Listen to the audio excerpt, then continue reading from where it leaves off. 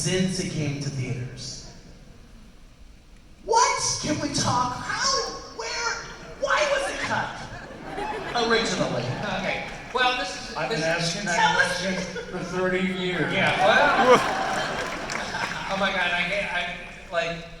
Yeah, we couldn't even talk. I couldn't even talk to you about it. I don't think. I had to tell Meredith first, Meredith Braun, who performed the scene. Yeah. So what happened was this: we tested the film the first time in front of an audience. We had, of course, secretly put it up in front of an audience in England without Disney knowing. I mean, they knew we were doing it. They knew we were doing it without them knowing, but we were trying to learn a little bit more about the film before we showed it to them. And they wanted to, and studios do it today too, and filmmakers want it. The first time you show it to the studio, you want it to be in a crowded theater so that it's not just studio executives in a silent room watching a movie. So we put up Christmas Carol, and it was interesting in front of the audience. It was a little scary because it's not a laugh out loud movie. And Muppets had always been laugh out loud movies. And so I think Disney were a little surprised, and Treasure Island is also not a laugh out loud movie, and yet people afterwards will say it's one of the funniest movies I've ever seen. But it's just tight, and it's not in old-fashioned setup payoff comedy. So that was a little bit weird. But so we watched the movie, and Jeffrey Katzenberg, who was always very supportive and very strict to work with, as we're waiting for the cards to come back, he said, "Not a lot of laughs in there, Brian." And I was like, "Oh." And I said, "But I think they really liked it, Jeffrey. I think they really did." And so the scorecards came back, and it scored a 94, which in filming, yeah, is huge.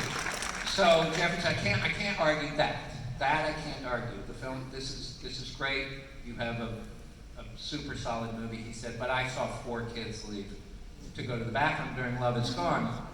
And so what had happened was he basically said, "I would like to remove Love Is Gone from the film. I think it will play better in the theater." And he'd been very, very supportive because obviously I didn't make the movie for $5 million and he had paid a lot more. And so, you know, we sort of went back and forth, and in the end, we made an agreement. I said, if I take Love Is Gone out of the initial theatrical release, can it go back and always be in the film from then on forever? And he said, yes, that's fair. So then, because I said, look, when people are at home, because at that point it was like, it's in the movie theaters, and then a few months later it's going to be on television, and then it's video, and that's all it's ever going to be. And so he said, fair enough, because I said, this isn't an issue at home. We're not going to disconnect from the children in the audience. It's not going to become a too adult moment for the children in the audience at home.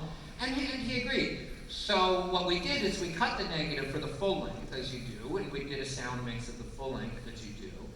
And but the sound mix was for TV, which is stereo.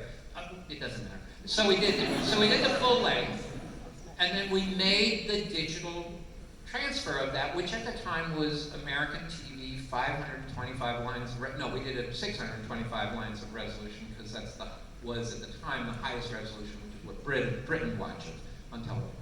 And then once we made that master, that digital master, we then cut Love Is Gone out, spliced the negative together, and did a little sound remix across the patch, and then we made the theatrical prints to go out of the movie. And then when high definition video came along, 1080i, of course now we went 1080i, then we went 1080p, then we went 2K, now we're 4K, we're probably going to go beyond that soon. So once we needed a 1080i, we basically, Disney wanted to make a 1080i master. Of course, I said, it's terrific, I'll supervise it, and they couldn't find the negative of Love Is Gone. And I couldn't believe it, and Disney post-production couldn't believe it. They said, Brian, it's got to be there. Nothing can leave the Technicolor lab. It's a high-security lab. There's no way that little roll of film walked out of the building. It's got to be there. It must be mislabeled. So they searched, and they searched.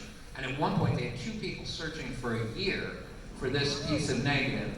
And so they put a lot of effort in. And meanwhile, I was shaming Disney.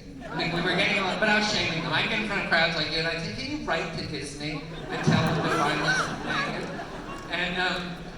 And then they never found the negative. So the negative has never been found. But what happened was almost 2 years ago now, you notice I put a little bit of emphasis Oh, on your mouth almost sideways. 2 years ago, we did find a first strike IP, and if you know the old-fashioned way of making movies, you shoot the movie, you cut the negative, and then you almost don't want to touch the negative at all. So you use the negative to make 4 what they call first-run IPs.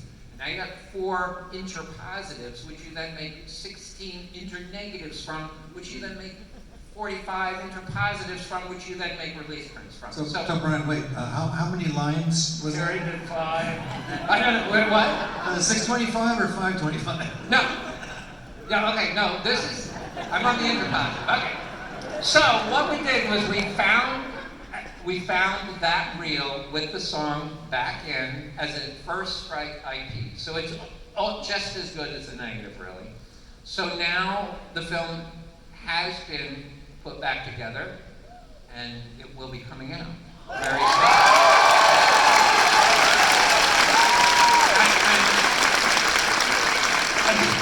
It will be added.